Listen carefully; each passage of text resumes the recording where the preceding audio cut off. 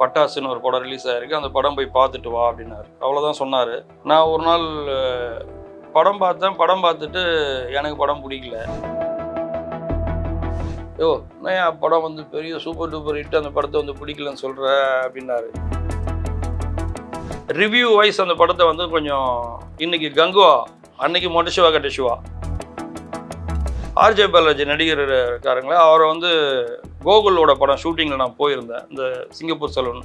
ஏன் இந்த வியூவர்ஸ் வந்து ரிவ்யூவர் வந்து இப்படி பண்ணாங்க, அல்டிமேட்டாக போட்டு காலி பண்ணிட்டாங்களே இந்த படத்தைன்ட்டு பார்த்தாங்க. ஒரு ஹீரோ கிட்ட நம்ம அப்ரோச் பண்ணுறோம் போது கூட வந்துட்டு அவங்களுக்கு இந்த படத்தை பற்றின இந்த ஒன்லைன் தெரிஞ்சு போச்சு. இந்த படம் ஒரு மாதிரி சிம்பு சரியாக பண்ணுற மாதிரி தெரியல, டவுட்டாக இருக்குது அப்படின் போது இவர் டக்குன்னு ஒரு வார்த்தை சொல்கிறாரு. ஒரு படம் வந்து வெற்றி அடைஞ்சிச்சின்னு சொல்கிறாங்க இப்போலாம். ஒரு வாரத்தில் 2 படம் வந்ததுனாக்கா அந்த படம் வெற்றின்றாங்க.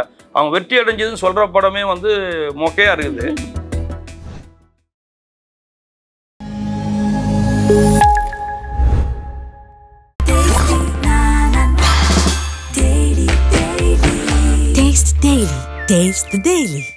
irregular period என்னதான் பண்றது? உங்க பிரச்சனைகளை கட்டுப்படுத்த லயன் டேட் சிரப் தினமும் 2 ஸ்பூன். நாஸ் மீனர்களுக்கு வணக்கம். இன்னைக்கு நம்ம யார் பார்க்க போறோம் அப்படின்னா சிங்கம் புலி, மொட்டை சிவா கெட்ட சிவா அப்படின்ற 2 படத்தை எடுத்த ஒரு டேரக்டர் தான் நம்ம பார்க்க போறோம். சாய் ரமணி டேரக்டர், அவர் தான் நம்ம இன்னைக்கு கூட பார்க்க போறோம். Show sir. வணக்கம்மா. எப்படி சார் இருக்கீங்க? நல்லா இருக்குமா. ஓகே. சிங்கம் புலி படம் பண்ணதே நான் பெரிய கனவு அப்படின்னு சொல்லும்போது அது ரிலீஸ் ஆகிற டேட் வந்து கொஞ்சம் தள்ளி போணுச்சுல சார், அது எதனால தள்ளி போணுச்சு சார்? எனக்கு வந்து அந்த படம் வந்து சௌத்ரி சார் சொன்னது, நம்ம படம் சில்வர் லைன் ப்ரொடியூசர்ஸ் சொன்னது எல்லாமே ஒரு கார்டு மாறி இருந்ததுனாக்கா ஒரு பெரிய விஷயம் நடந்திருக்கும். அந்த கார்டு மிஸ் ஆனது ஒரு இடம் நடந்தது. என்னன்னாக்கா சிங்கம்புலி படம் வரும்போது எனக்கு அடுத்த படம் வந்து கோ, அந்த படத்தை வந்து இவர் பண்ணுறாரு, நம்ம கேவி ஆனந்த் சார் பண்ணுறாரு.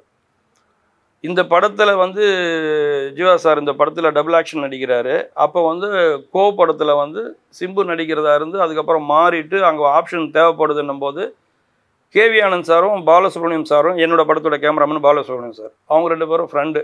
அவங்க வந்து கேட்குறாரு, அவர் இந்த மாதிரி சிம்பு சரியாக பண்ணுற மாதிரி தெரியல, டவுட்டாக இருக்குது அப்படின்னும் போது இவர் டக்குன்னு ஒரு வார்த்தை சொல்கிறாரு, ஜீவா நல்லா பண்ணுறானே, இந்த படத்தில் டபுள் ஆக்ஷன் பண்ணுறான், நல்லா பண்ணுறானே அப்படின்னு சொல்லும்போது உடனே அவர் கேட்குறாரு, சரி அப்போ நான் ஜீவா நம்பர் அனுப்பு, நான் பேசுகிறேன் அப்படின்றாரு.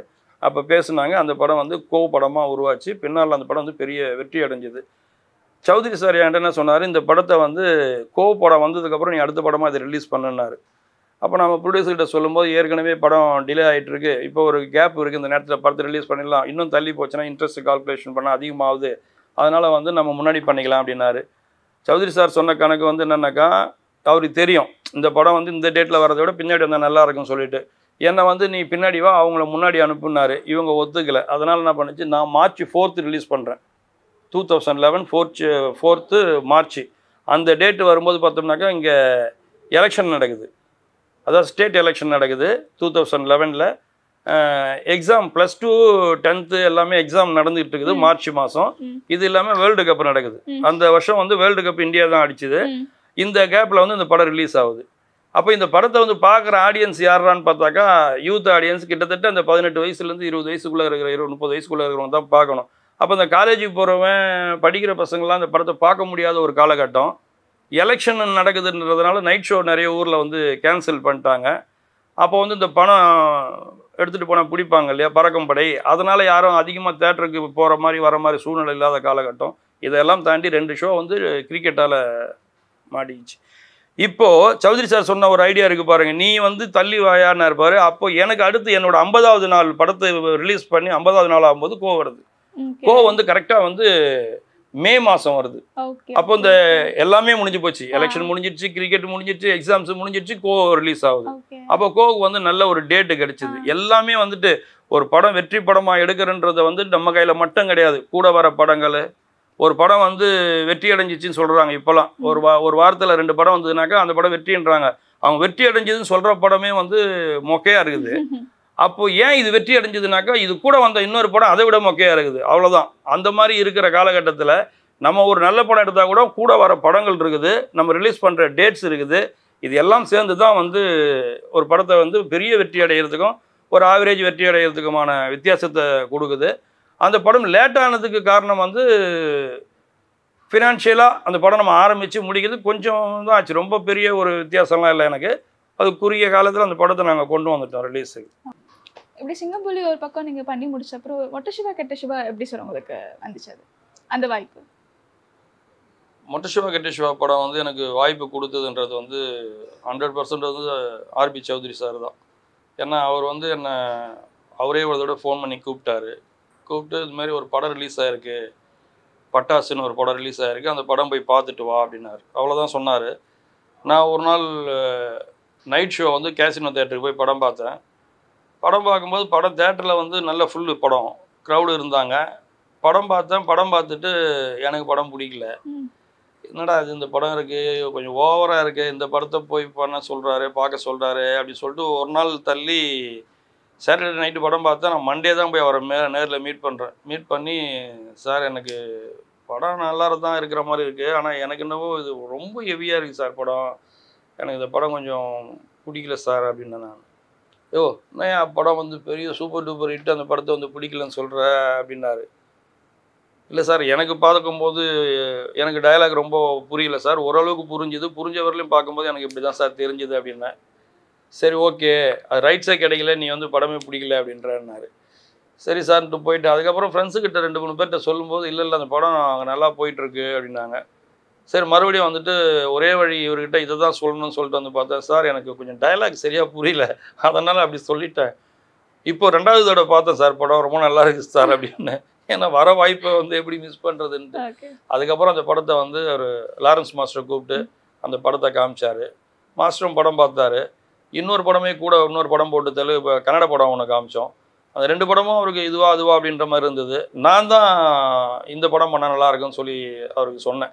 கொஞ்சம் ஆக்ஷன், இவரு கொஞ்சம் ஆக்ஷன்னாக்கா அவருக்கு ஒர்க் அவுட் ஆகும் அப்படின்றதுனால அந்த படம் வந்து ஆக்சுவலாக வந்து ஒரு ரீமேக் படத்தை ஒரிஜினல் படம் எடுத்த டைரக்டர் ஒரு தடவை என்கிட்ட ஃபோனில் பேசும்போது சொன்னார், ரொம்ப நல்லா எது ட்ரிம் பண்ணியிருக்கிறீங்க, கொஞ்சம் கலர்ஃபுல்லாக படம் நல்லா கிராண்டியராக நல்லா இருந்ததுங்க பார்க்குறதுக்கு அப்படின்னாரு.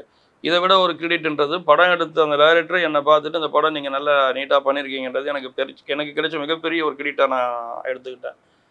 அந்த படம் வந்து கமர்ஷியலாக இன்றைக்கி வரலையும் பார்த்தீங்கன்னாக்கா தேட்ரிக்கலில் போனதை விட சேனலில் வந்துட்டு இன்றைக்கி வந்து தேட்ரிக்கலில் ஓரளவுக்கு படம் வந்து ஹிட்டு தான். அது கலெக்ஷன் வைஸ் படம் ஹிட்டு, ரிவ்யூ வைஸ் அந்த படத்தை வந்து கொஞ்சம் இன்றைக்கி கங்குவா, அன்றைக்கி மொட்டை சிவா கெட்ட சிவா அப்படி தான் மாட்டிக்கிச்சு. பல விஷயங்கள் வந்து எனக்கு நேரடியாக அந்த படமும் எனக்கு பாதிச்சுது. தேட்ரிக்கலில் வந்து இப்படி இருந்தாலும் சேட்டலைட்டில் படம் பார்க்கும்போது நிறைய பேர் படம் பார்த்துட்டு என்கிட்ட வந்து எதுக்குங்க உங்கள் படத்தை இப்படி ட்ரோல் பண்ணானுங்க, நாங்கள் பார்த்தோங்க அப்படி ஒன்றும் இல்லையங்கலாம் சொன்னாங்க. ஒரு தடவை ஆர்ஜே பாலாஜி நடிகர் இருக்காருங்களே, அவரை வந்து கோகுலோட படம் ஷூட்டிங்கில் நான் போயிருந்தேன், இந்த சிங்கப்பூர் சலூன். அப்போ அவர்கிட்ட போய் பேசும்போது அவர் சொன்னார், ஏங்க வாங்க அப்படின்னு கூப்பிட்டு, உங்கள் படம் நான் பார்த்தேங்க டிவியில், ஏன்டா இந்த படத்தை இப்படி கழுவி ஊற்றுறானுங்கன்னு சொல்லிட்டு எனக்கு ஒன்றுமே புரியலங்க. ஒரு நாள் சண்டே வீட்டில் இருந்தேன், உங்கள் படம் போடுறாங்கன்னு தெரிஞ்சுது, ஏன் இந்த வியூவர்ஸ் வந்து ரிவ்யூவர் வந்து இப்படி பண்ணாங்க, அல்டிமேட்டாக போட்டு காலி பண்ணுறாங்களே இந்த படத்தைன்ட்டு பார்த்தாங்க. எனக்கு ஒன்றும் தெரிலங்க, படம் நீட்டாக இருந்ததுங்க, ஒரு கமர்ஷியல் படத்துக்கு என்ன தேவையோ அவ்வளோ இருந்தது, காமெடி நல்லா இருந்தது, சாங்ஸ் இருந்தது, ஆக்ஷன் ஒரு நல்ல ஒரு என்டர்டெய்னராக இருந்ததுங்க, அந்த படத்தை ஏங்க அப்படி பண்ணாங்கன்னாரு. இப்படி தாங்க நீங்கள் படம் பார்த்துட்டு என்கிட்ட சொல்லும்போது எனக்கு சந்தோஷமாக இருக்குது.